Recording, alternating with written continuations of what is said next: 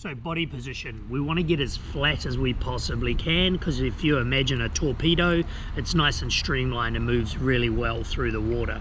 Back when, beginning to swim or competitive swim, we always talked about having your eyebrows on the surface of the water. Now that can be effective for a sprint swimmer, but we're not looking at sprinting, we're looking at getting you efficient as possible. So we actually want to have that head down so our body is nice and streamlined. As soon as we pick that head up, it's like a seesaw, our hips are going to sink, our legs are going to sink, and then we've got to push against all this water, right? It becomes very challenging, and it slows you down immensely. There's too much drag. So what we really want to do is focus on keeping our neck nice and neutral, and we want to try and push down into the chest ever so slightly so we can balance out that seesaw effect.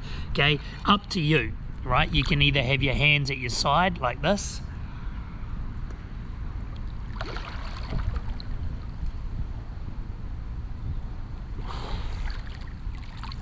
or secondly, streamline position, hands on top of each other, squeeze behind your ears.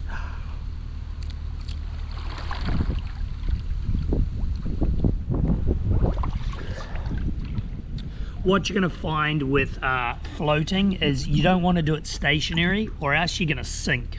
Especially if you're a guy, we're going to sink like stones, right? We actually want to have a breath, push ourselves off, and get some forward momentum behind that float. So nice and simple, neck is neutral, eyes will be looking at the floor, forward movement, either hands out in front or hands at your side, practicing the float.